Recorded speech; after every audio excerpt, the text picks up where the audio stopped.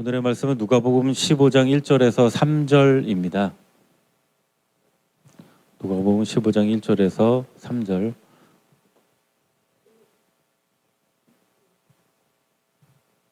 앞에 나와 있습니다.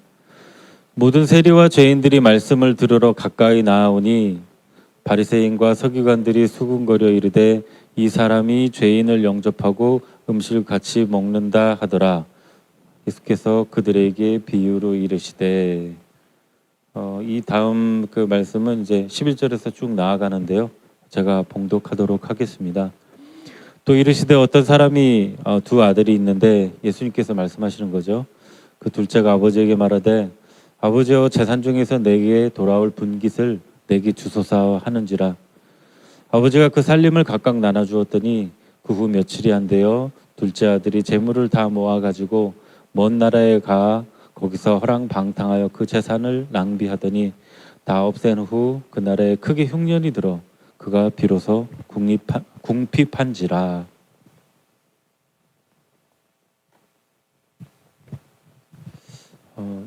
이 이야기와 약간 연관이 되는 것 같아서 잠시 나누도록 하겠습니다. 미국의 한 주가 있는데 이름은 이게 유타라는 주입니다. 거기에는 이제 몰몬들이라는 그 종교죠. 그 사람들이 있는데 90년대 중반까지만 해도 한 90% 이상 어떤 유타주 내의 어떤 지역은 한 99% 정도가 몰몬이 사는 그런 지역입니다. 근데 이 사람들은 굉장히 착합니다. 그들이 가지고 있는 그 계명들이 있는데 몸을 망치는 것, 당연히 술 담배는 안 되고 커피도 못 마시게 합니다. 대단한 사람들이죠. 그리고 실제로 그것을 지킵니다. 그리고 그 아이들, 혈기왕성한 그 청년의 10대 말 20대 중반까지 그 아이들이 어떻게 노냐 하면 몇 명씩 모여서 농구를 하고 산을 타고 운동을 하고 모여서 공부를 하고 또 주말에는 가끔 영화를 가기도 하고 그렇게 놉니다. 그들은 아직도 그렇게 놉니다. 이 혈기왕성한 이런 청년의 때 그렇게 아주 사람들이 보기에 바르게 그렇게 산다는 것이죠. 그리고 공부도 굉장히 잘합니다. 그러니까 그 문화 내에서는 다른 그 악한 것을 할 수 없기 때문에 그렇게 운동을 하고 공부를 하고 그래서 학점도 굉장히 평균적으로 굉장히 학점이 높습니다. 그것을 보면서 저는 굉장히 놀랐습니다. 이 친구들은 참 대단하다. 미국인데 근데 이렇게 참 순수하게 이렇게 있구나. 그리고 또 한 가지는 토요일 되면은 이 슈퍼마켓에 사람들이 굉장히 몰려듭니다. 왜냐하면 이 문화권에서는 주일에는 뭐를 사면 안 되죠. 그 몰몬들은 예수 그리스도의 복음을 기초로 합니다. 그래서 예수님을 믿어야지 천국을 가는데 이 천국이 3단계 천국이 있습니다. 그래서 예수님을 믿으면 별의 천국을 가고요. 그래서 그 위에 좀 더 노력을 하면 달의 천국, 좀 더 노력하면 이제 해의 천국을 가는데 이 마지막 이 제일 높은 단계 이 천국은 조금 난이도가 있습니다.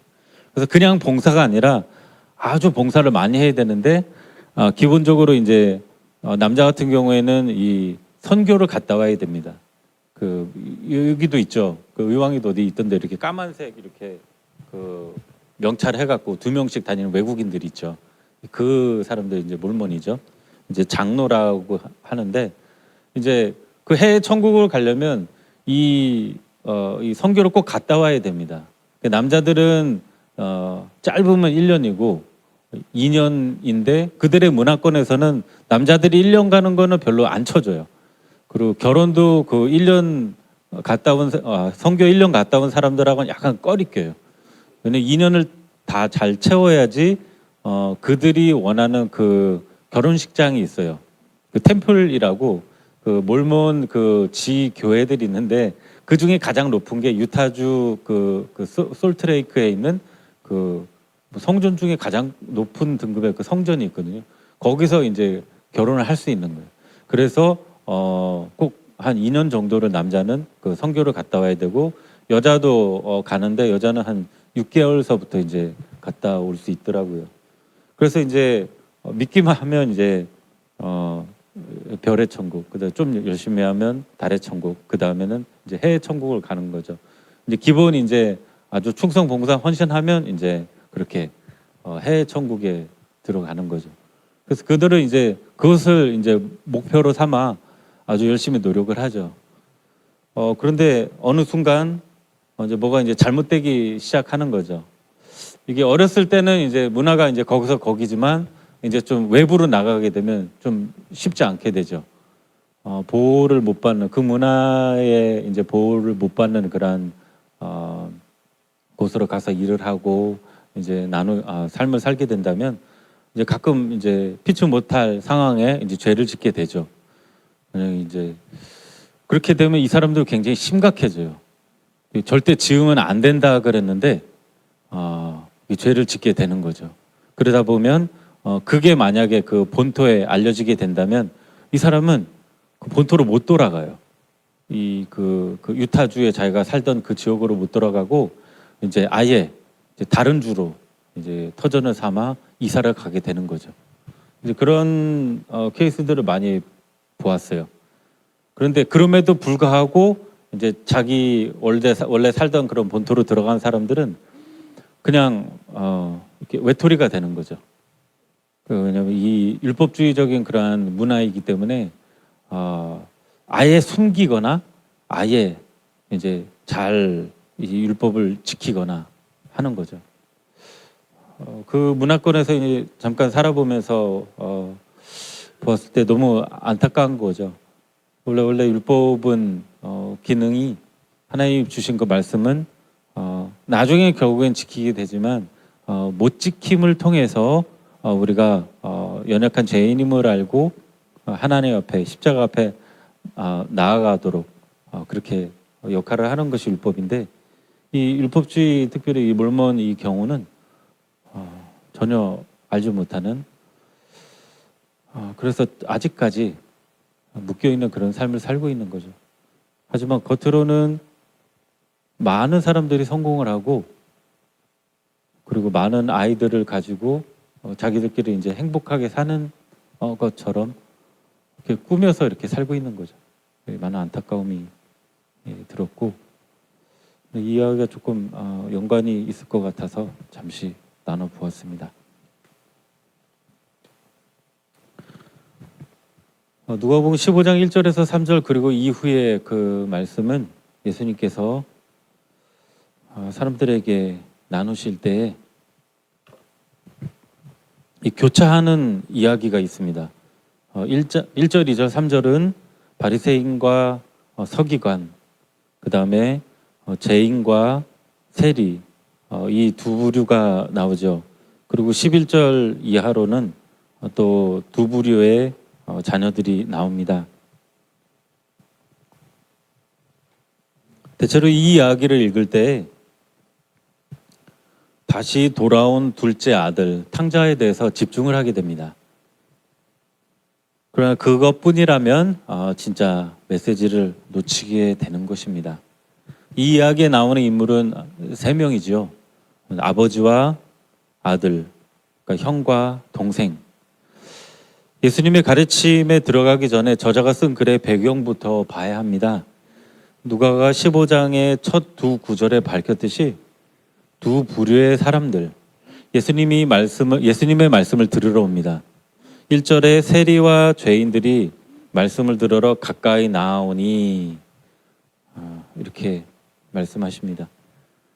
여기에서 이제 가까이 나오니라는 단어가 눈에 띄었고 원래 이 말씀들은 제가 새벽 예배 때 이제 짧게 나눴던 그 말씀을 좀 정리해서 나누고 있습니다.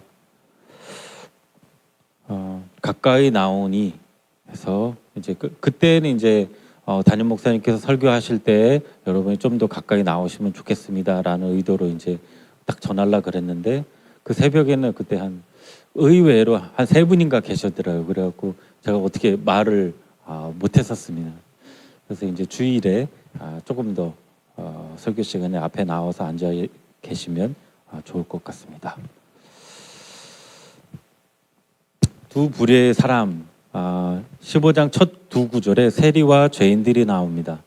이들은 이른바 탕자로 불리우는 둘째와 같은 부류입니다.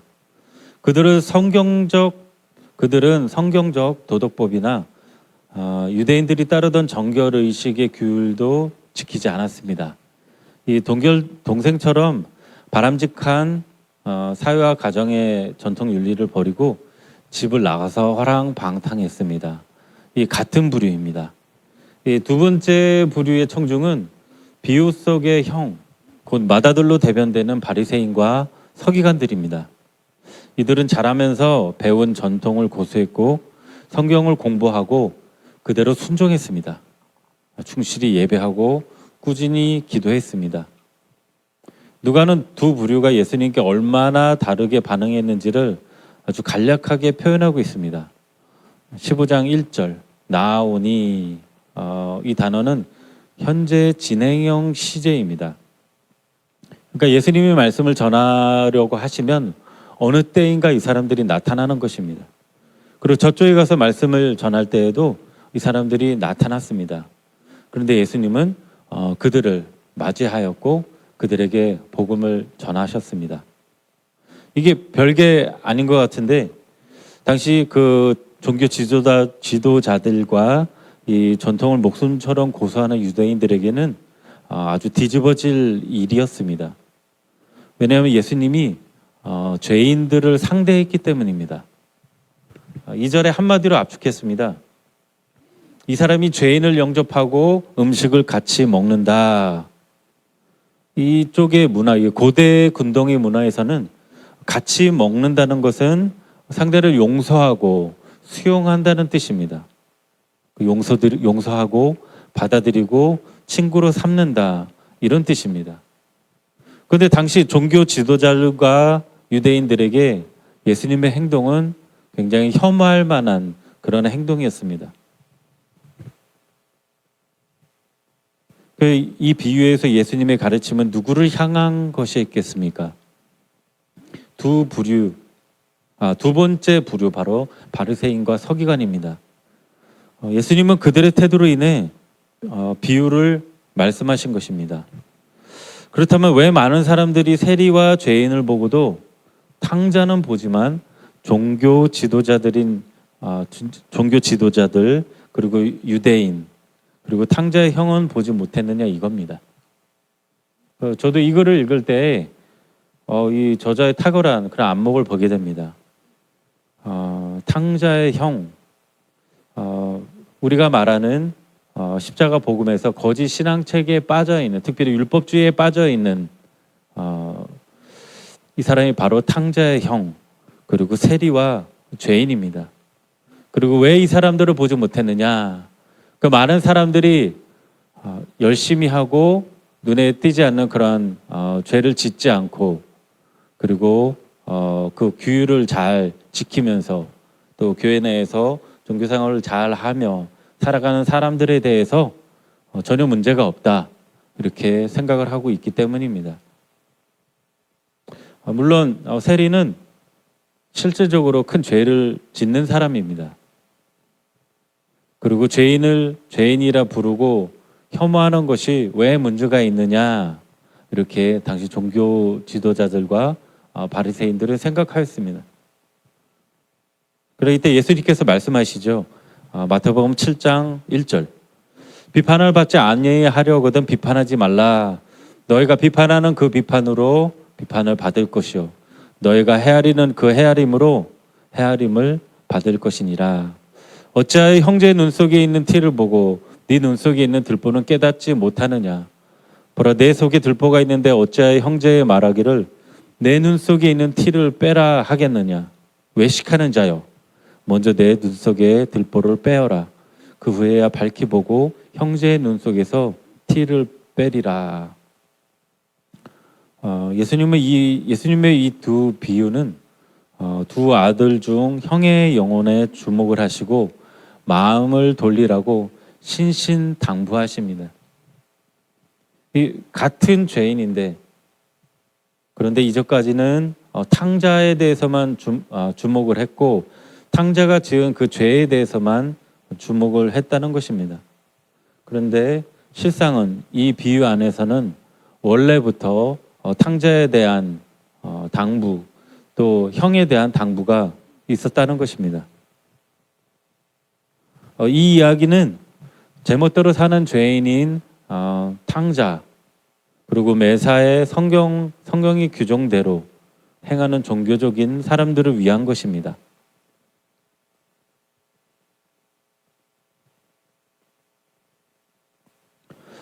예수님이 타이르시는 대상은 부도덕한 외부인보다 도덕적인 내부인입니다.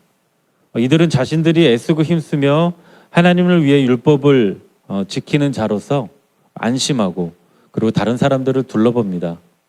그리고 스스로 의로운 줄 알고 있으며 이로 인해 자신의 영혼뿐 아니라 주변 사람의 삶까지도 멸망으로 빠뜨리고 있다는 사실을 깨닫게 해주고 싶으셨습니다. 그러므로 탕자라고 불리는 이 동생에게 그분의 무조건적인 사랑을 확신시켜서 그 사랑의 이야기를 들려주시려고 하신 것이 아니었다는 것이죠. 보통 둘째 아들의 이야기를 듣는 청중들은 탕자의 이야기를 들으며 괘씸해하고 분노해했습니다. 아버지가 둘째를 이렇게 사랑하시는데 그것을 다 잊어버리고, 그리고 배신하여 돈을 다 받아서 멀리 가버리고, 죄는 죄대로 다 짓고, 그리고 나쁜 짓 하여 그 많은 재산을 다 날려먹고. 그런데 예수님은 이 이야기를 통해서 우리의 범주를 허무십니다. 다시 말해 예수님은 이 이야기를 통해서 우리의 눈을 열어 우리 자신을 보게 하시려 한 것입니다.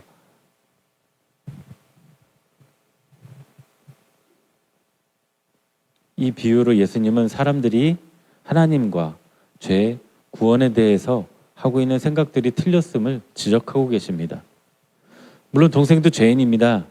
이 이야기를 통해서 동생의 해로운 자기중심성을 드러낼 뿐 아니라 형의 도덕주의적 삶도 가차없이 질책하십니다. 예수님은 종교적인 사람이나 종교를 등진 사람이나 둘 다 영적으로 잃어버린 존재이고 삶의 길도 양쪽 다 막다른 골목이고 하나님과 맺어지는 법에 대해서도 인류가 품어온 생각이 잘못된 것이라고 그렇게 말씀하고 계십니다. 누가복음 15장 11절 이하에 탕자의 형에 대해서 나옵니다. 또 이르시되 어떤 사람에게 두 아들이 있는데 그 둘째가 아버지에게 말하되 아버지여 재산 중에서 내게 돌아올 분깃을 내게 주소서 하는지라. 아버지가 그 살림을 각각 나눠주었더니 그 후 며칠이 안 되어 둘째 아들이 재물을 다 모아가지고 먼 나라에 가서 허랑방탕하여 그 재산을 낭비하더니 다 없앤 후 그 나라에 크게 흉년이 들어 그가 비로소 궁핍한지라.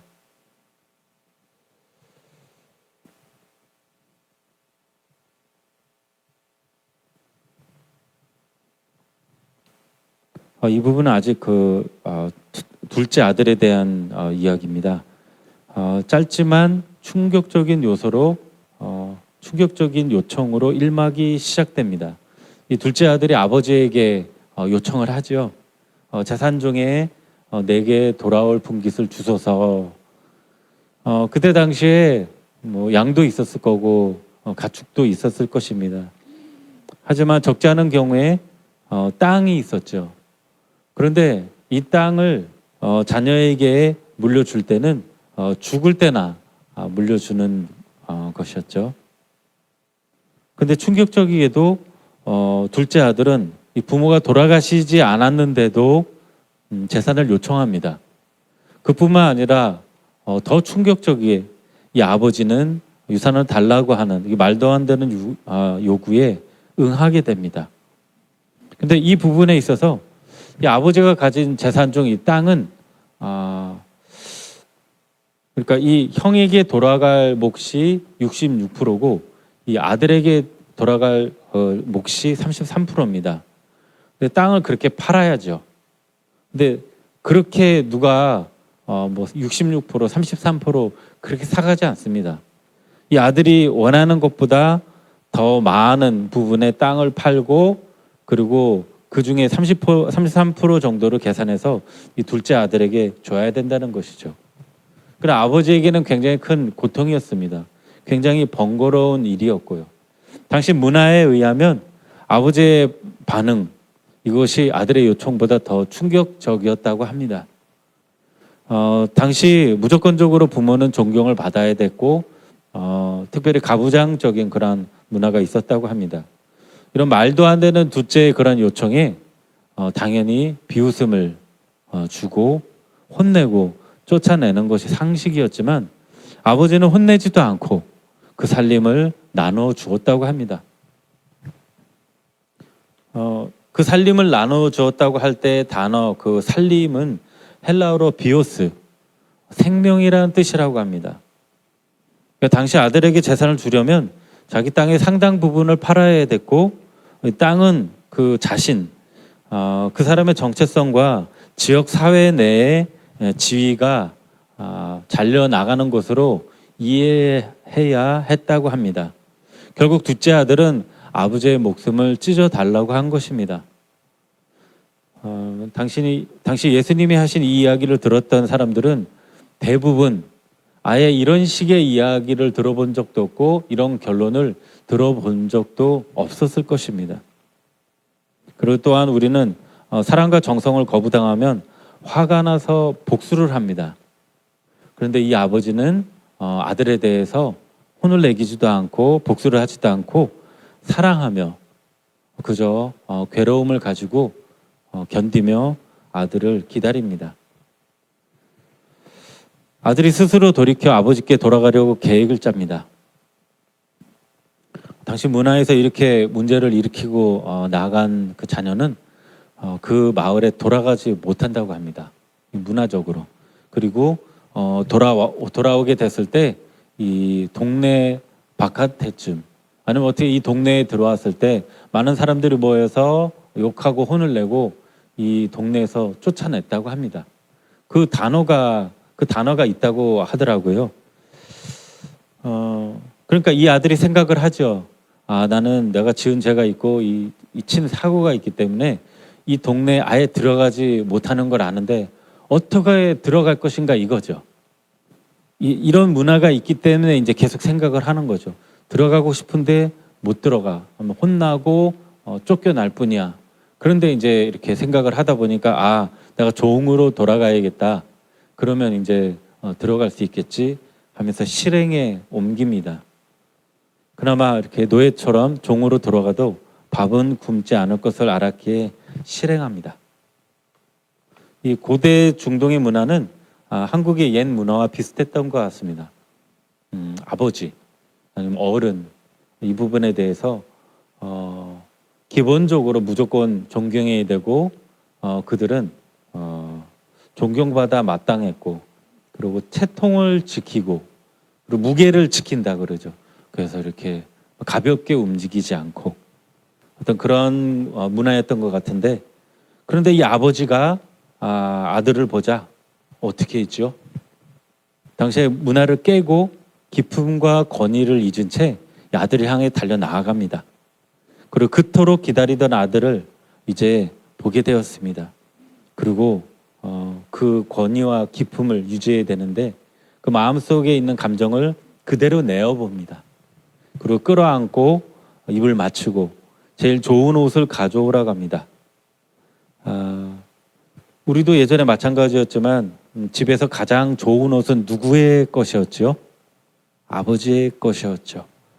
그래서 제일 좋은 옷을 가져오라고 했을 때 자기가 가진 옷 중에 가장 좋은 옷을 가져오라고 한 그런 뜻이었다고 합니다. 그리고 이 의미에서 아들은 그 자리에서 신분이 회복되었다는 확실한 증표였고, 그리고 아버지는 네가 아들아 너의 빚이 다 갚아지기 전까지 나는 기다리지 못하겠다. 네가 노력을 다해서 그 빚을 갚을 때까지 나는 기다리지 못하겠다 하시면서 곧바로 그 옷을 입히시고 살찐 송아지를 내어놓고 그리고 이 반지를 아들에게 끼워줍니다. 그때 당시에 그 아버지의 반지는 이 인감도장이었습니다. 그래서 사람들에게 이 아들의 지위가 회복되었다, 이것을 나타내는 것이었다고 합니다. 그리고 아버지는 살찐 송아지를 내놓게 됩니다. 예전 우리나라도 마찬가지였고 그 당시 이스라엘도 마찬가지였습니다. 고기가 별로 없었죠. 근데 고기가 나올 때는 어떤 큰 잔치였습니다. 그런데 이 살찐 송아지는 아주 특별한 잔치에만 내놨다고 합니다. 온 사람들이 먹을 수 있도록 초대되었다는 것. 여기서 하나님의 사랑과 용서는 사람의 어떠함과 상관없다는 것을 말하고 있습니다. 이막 맏아들도 잃어버리다.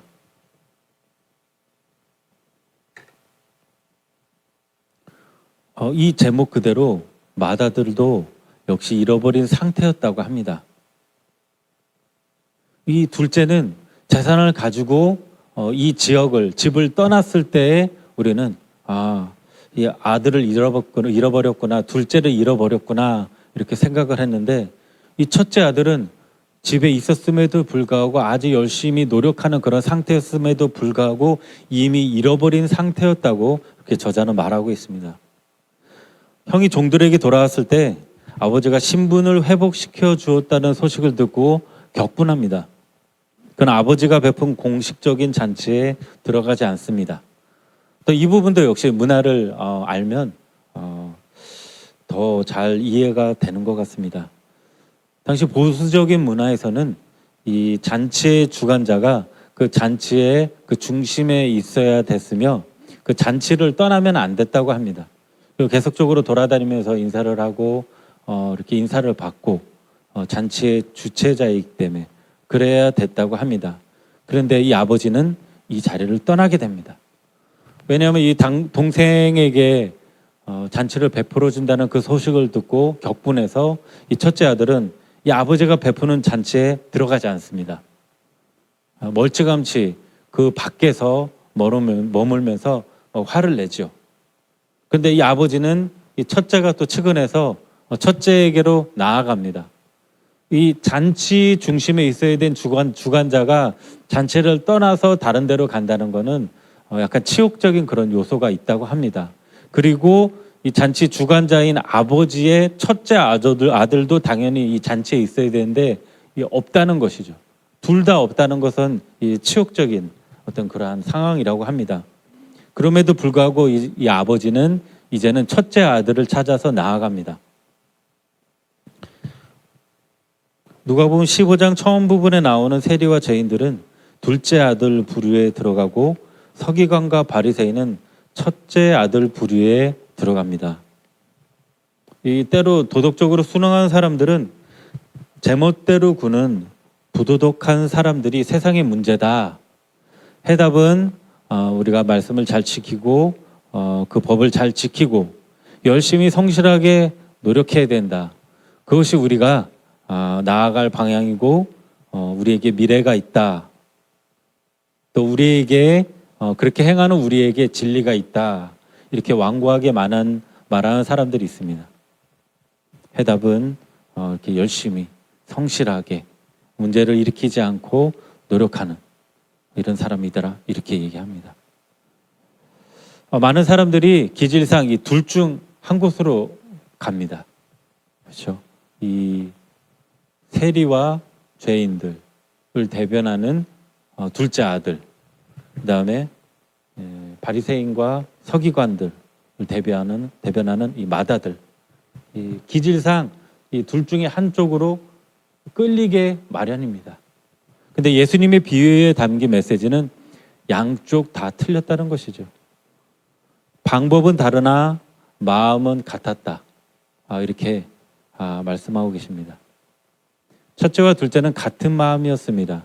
하지만 방법이 달랐을 뿐입니다. 성실했던 첫째는 나는 아버지께 불순종한 적이 없습니다. 노예처럼 열심히 일했습니다. 그러므로 내 인생의 일을 내가 원하는 대로 해주셔야 합니다. 이렇게 삶으로 말을 하고 있었던 겁니다. 예수님은 이 아들 모두가 아버지를 사랑하지 않고 있음을 알려주시려고 했습니다. 아버지를 이용해 자신의 목표를 이루려 했지 아버지를 사랑하거나 아버지를 즐거워하거나 아버지를 위해 살지 않았다는 것을 말씀하시고자 하셨습니다. 하나님의 율법에 힘써 순종하는 것이 오히려 그분께 반항하는 하나의 그 악한 것이 될 수 있다는 것을 말씀하신 것입니다. 여기서 예수님께서 말씀하시는 죄는 하나님의 자리에 내가 올라서는 것입니다.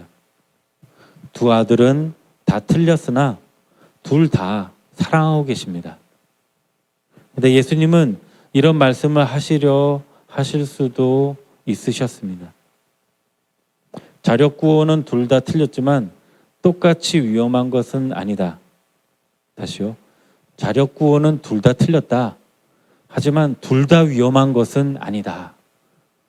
둘 다 똑같이 하나님을 사랑함으로 하나님을 즐거워함으로 그 아버지에게 나아간 것은 아닙니다. 그런데 어느 한쪽은 다른 쪽보다 더 위험하다는 것이죠.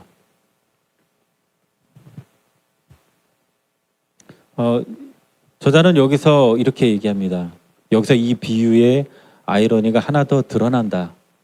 동생이 아버지를 피해 떠났던 일은 너무도 명백했다. 그는 마음뿐 아니라 몸도 떠났다. 형은 집에 남아 있었지만 실상은 동생에 비해 아버지와 더 멀고 소원해졌다. 눈 멀어 실상을 보지 못하기에 형 같은 바리새인의 상태가 영적으로 더 절망적이다. 이렇게 말하고 있습니다. 이제 탕부 이야기의 마지막 부분입니다. 그리고 결론으로 넘어갈 것인데요. 누가복음 15장 1절의 말씀을 토대로 팀 켈러 목사님은 그의 책 탕부 하나님에서 탕부의 이야기를 이렇게 풀어내십니다. 둘째 아들은 세리와 죄인들과 같은 부류, 그리고 반대로 늘 성실하고 열심히였던 그 말썽을 전혀 피지 않았던 형은 바리새인과 유대 지도자들을 대변한다. 이 이야기의 주인공으로 여겨졌던 탕자는 이 탕자라는 단어에서 이 단어는 무모할 정도로 씀씀이가 헤프다, 하나도 남김없이 쓴다의 뜻이라고 합니다. 그리고 이 단어는 예수님의 비유 속에 나오는 둘째 아들이 아니라 사실 아버지에게 가장 잘 어울리는 단어라고 합니다. 그래서 탕부라고 이 저자는 그렇게 말을 하고 있습니다. 아버지는 무모할 정도로 씀씀이가 헤펐습니다. 가장 많은 것을 탕진한 사람이 아버지였습니다. 아버지가 죽을 때만 요청할 수 있는 그 유산을 멀쩡히 살아있을 때 둘째 아들이 요청을 하는데 원하는 대로 다 물려주었습니다.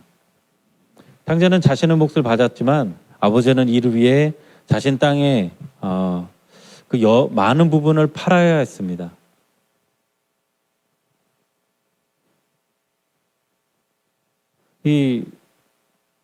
요즘으로 따지면 주위에 그런 분들을 봅니다. 아주 열심히 노력해서 집을 하나 사놓고 그리고 또 돈을 좀 더 모아서 다른 집은 이제 전세로 얻는. 그래서 이제 돌아가실 때쯤 아이들에게 남겨줘야지 하는데 자녀가 와갖고 힘들다고 집을 팔아서 달라고 하는 그런 것이죠. 그랬을 때 어떤 분들은 문을 걸어 잠그고 비밀번호를 바꾼다고 합니다. 이런 식이죠. 내게 남은 마지막의 것들을 달라고 한 거죠. 이 둘째 아들은. 그런데 이 당시에는 더한 거죠. 그래서 마치 둘째는 이 아버지의 신체의 일부를 찢어 달라고 그렇게 요청을 한 것과 마찬가지인데 이 탕부 아버지는 아낌없이 이것을 내어 주었다는 것이죠.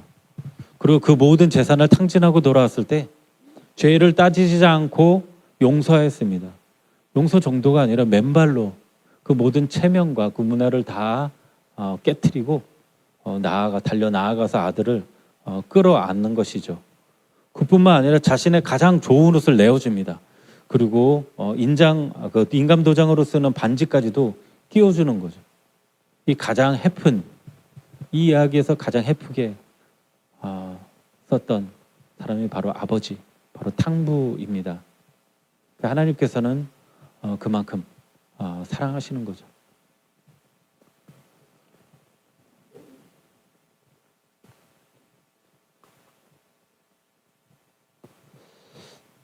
이 저자는 이 탕자와 그리고 형에 대한 이야기를 위해서 한 가지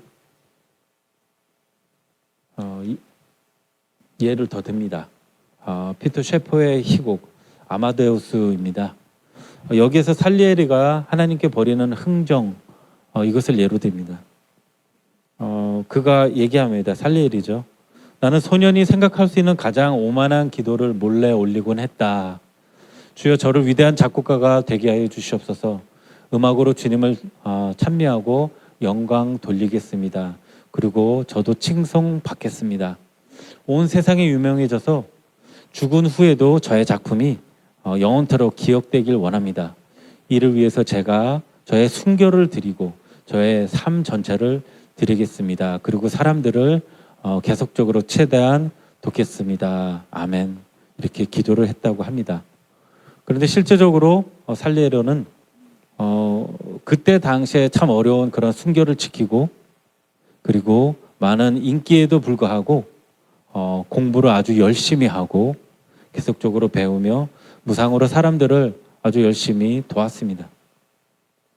그런데 이때 이 사람 앞에 천재라고 불리는 모차르트가 등장합니다. 이 모차르트의 중간 이름은 아마데우스이죠. 이 뜻은 하나님께 사랑받는다입니다. 그러니까 하나님께 무모할 정도로 하나님의 아주 해프게 주신 재능으로 말미암아 이 살리에르는 마음속에 신앙의 위기를 느낍니다. 이 살리에르는 수재였습니다. 그리고 아주 성실하게 노력하는 노력파였습니다. 그러니 사람들에게 칭송을 받았겠죠. 아주 좋은 작품을 많이 만들어냈습니다. 그런데 이 아마데우스 모차르트는 천재였죠. 그래서 이 살리에르가 전혀 생각하지 못했던 부분에서 그런 아주 깊이 있는 그런 음악을 만들어냈고 많은 사람들에게 칭송을 받게 되죠. 그래서 살리에르는 이해할 수가 없었습니다. 나는 하나님께 재능을 받을 만한 자격을 갖추려고 본능적 욕망마저도 다 물리치고 있었지만 모차르트는 약혼한 상태이지만 그럼에도 불구하고 방종한 삶을 살았다. 그런데도 하나님은 아무런 징계도 하지 않으셨다.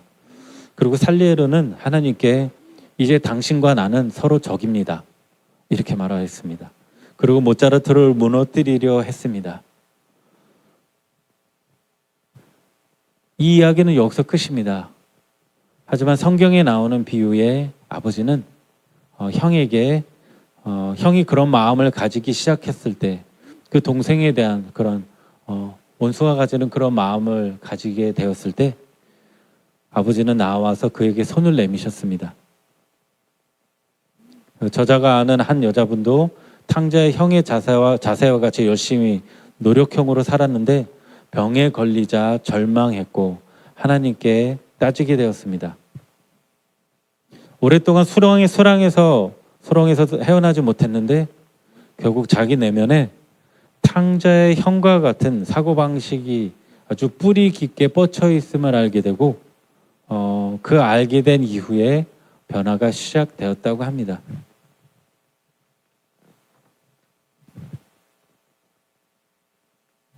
이제 마지막 이야기로 설교를 마치려고 합니다. 가장 좋은 소식이죠. 엘리자베스 엘리엇이 외경에서 인용한 이야기입니다. 외경은 성경이 아닙니다. 하루는 예수님이 제자들에게 말씀하셨다. 나를 위해 돌을 하나씩 들고 오라. 다른 설명은 없으셨습니다. 제자들이 돌을 찾아 다녔는데 실속에 밝은 베드로는 어차피 돌의 무게나 크기에 대해서 예수님께서 말씀하시지 않으셨으니 나는 편하게 아주 작은 돌을 들고 가야겠다 생각을 했습니다. 그리고 굉장히 작은 돌을 주머니에 넣고 쉽게 갔습니다. 그리고 다 같이 예수님이 가시는 길을 같이 따라가다 저쯤 되어 예수님께서 제자들을 앉히시고 손을 흔들었다. 그때 제자들이 가져왔던 그 돌들이 다 빵이 되었고 예수님께서 자 이제 점심을 먹자 이렇게 말씀하셨습니다. 베드로의 점심은 순식간에 끝나버렸다. 그리고 다시 예수님께서 나를 위해 돌을 하나씩 들고 오라 이렇게 말씀하셨습니다. 자, 이때 베드로는 생각을 하죠. 베드로가 가져갈 수 있는 가장 큰 돌을 작은 바위를 짊어졌다고 합니다. 그래서 이제 하루 종일 힘들게 들고 다녔으나 베드로는 속으로 이렇게 생각했습니다. 그래도 저녁 때까지는 내가 이거 들고 다닐 수 있어. 그리고 이제 저녁 때가 되어 예수님께서 이렇게 말씀하셨습니다. 자, 얘들아, 저 앞에 있는 물이 보이지? 저기에 너희 돌들을 다 던져라. 이렇게 말씀하셨습니다. 제자들이 돌을 물속에 다 던졌을 때 예수님은 다시 나를 따르라 하시면서 걸어가셨습니다. 제자들은 어리둥절했고 베드로는 어떠한 마음을 가졌겠습니까? 근데 그 모습을 본 예수님은 탄식하면서 말씀하셨습니다. 얘들아, 누구를 위해 돌을 들고 오라 했느냐 이렇게 말씀하셨습니다. 탕자의 형 베드로와 제자들, 저자가 알고 지내던 여성 살리에르, 바리새인과 서기관들 등 이들이 자신의 본 마음을 알았다면 이렇게 말했을 것입니다. 방식만 다르지 나도 동생과 똑같이 이기적이고 아버지 속만 썩이고 있었구나. 그러면서 꺼리낌 없이 이 동생을 용서하고 달려가 안았을 것입니다. 아버지는 탕자가 제대로 회개할 시간도 주지 않고 달려가 끌어안고 입을 맞추고 기뻐합니다. 여러분, 우리가 주님 앞에 나아갈 때 주님은 조건이 없으십니다. 혹시나 자신이 만든 조건으로 하나님 앞에 나아간다면 하나님은 너무나 좋으신 하나님이시고 그저 사랑의 하나님이십니다. 그 다음 일은 그 다음입니다. 그래서 주님 앞에 나아갈 때 조건을 완전히 내려놓고 우리의 섬김을 완전히 내려놓고 그 너무나 좋으신 사랑의 주님 앞에 즐거운 마음으로 기대하며 주님 앞에 나아가시길 바랍니다. 예수님의 이름으로 축복합니다. 기도하시겠습니다.